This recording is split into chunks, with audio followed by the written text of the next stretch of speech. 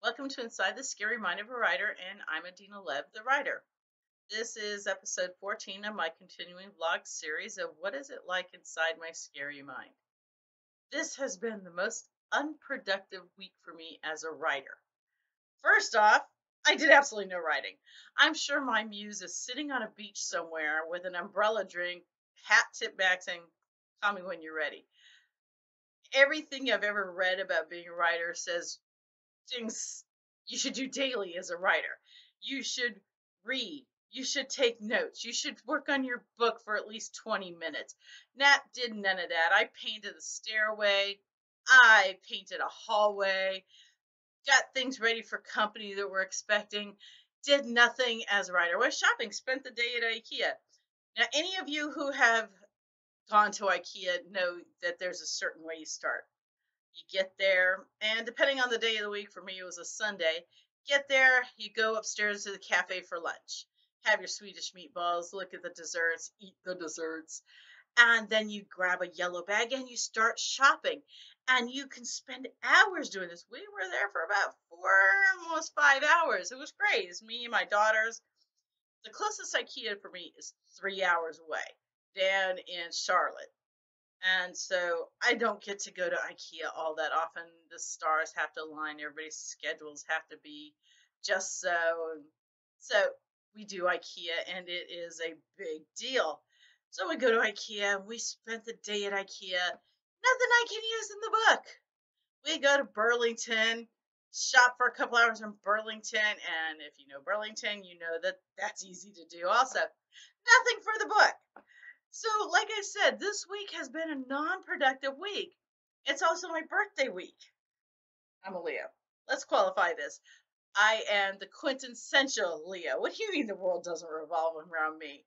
What do you mean that those fireworks that were for our country weren't for me? That's my mother's fault. When I was 3, 4 years old, I was trying to remember when's my birthday. And she said, a great sign of when your birthday is when you see all the fireworks, you know your birthday's getting close. So in my young mind, I took that to mean that everybody was celebrating my birthday because they were lighting up fireworks. Yay, me! Yeah, every Leo has that streak of narcissism. It may be very low key, and you just see it when they look a little smug about something. And you think the nicest, sweetest person in the world, you find out they're Leo, you look for it. Me, I don't even hide it. I'm unabashedly a Leo. I put it out there. Yes, I'm a Leo. That's probably what goes around in my scary mind. What do you mean it's not all about me? Of course it's all about me. And I'm aware that I am like that. I have to ramp myself back, and whenever yeah, ever, whenever I am having a conversation with somebody, I have to make sure that my next statement isn't an I statement. If somebody will be telling me, "Oh, I got into a car accident and I hurt this," and then I'll respond with, "Oh, when I was in a car accident," and I had to slap myself saying, "Shut up. It's not about you. It's about them. Let them take."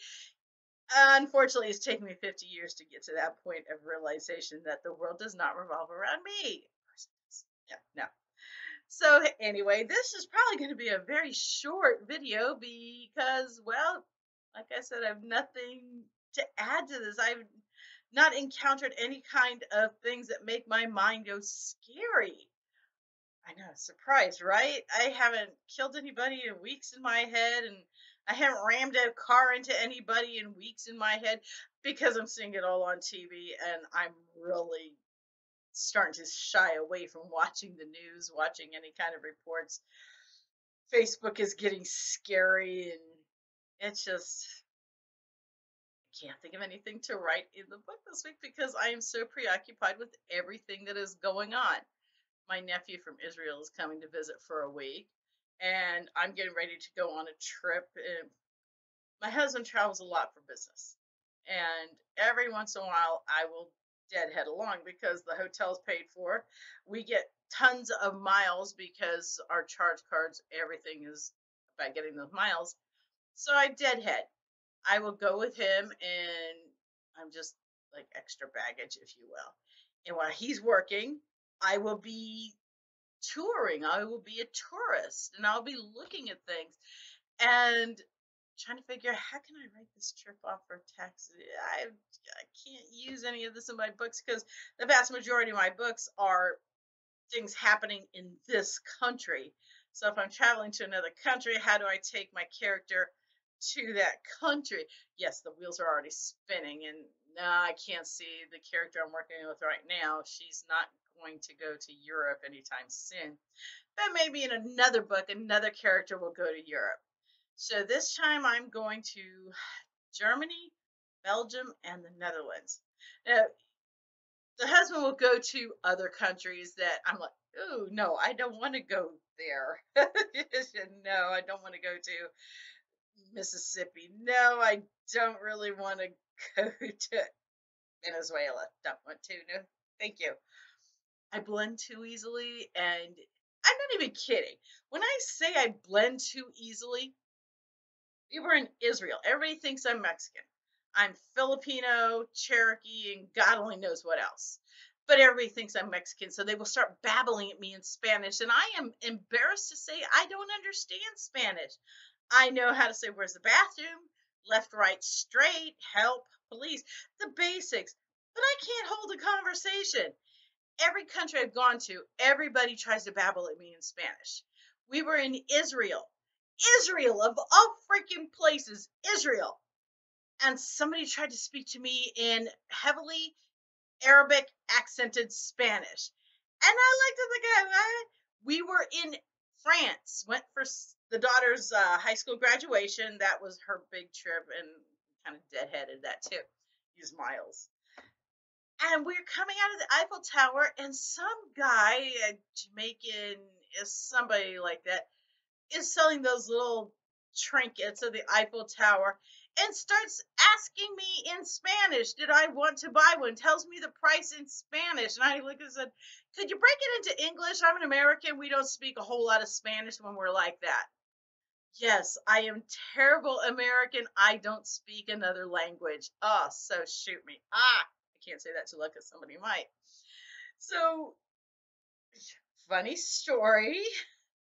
I'm in front of the Home Depot.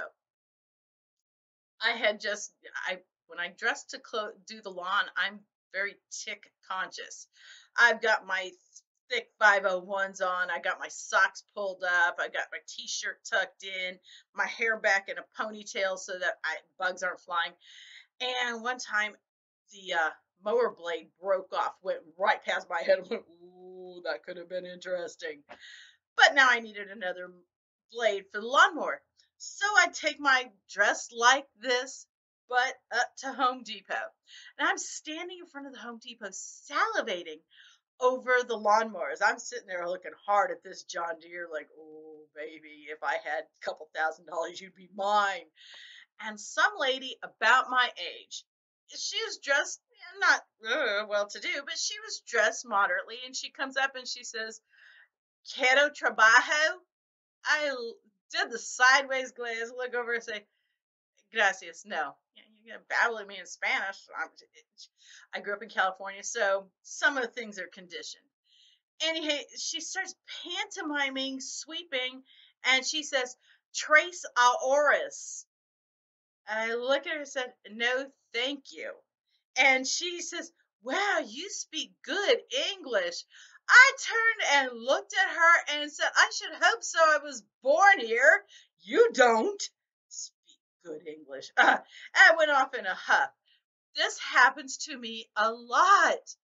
And part of me wants to mess with people and just start babbling in some other language. But for the most part, no, I'm too.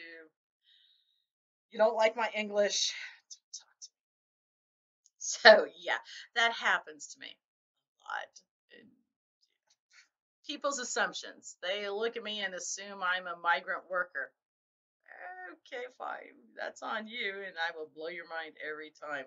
That's part of the scary part is I am entertained when I can shock people, surprise people, scare people. I like doing that. So on that note, I'm going to take myself out of here and go see what kind of mischief I can get into outside. Yeah, I got to fill the bird feeders and play with the squirrels. Y'all have a very good week, and thanks for watching this channel. If you liked it, big thumbs up. If you didn't like it, big thumbs down. Tell me why. Share it. Go to Amazon, put in my name, Adina Lev, and download my book. Buy my book. Put my name out there. Anything to get my name out there. You do know that's how all these videos started. 14 weeks and counting. Have a very good day, and I'm glad you guys came along. Bye.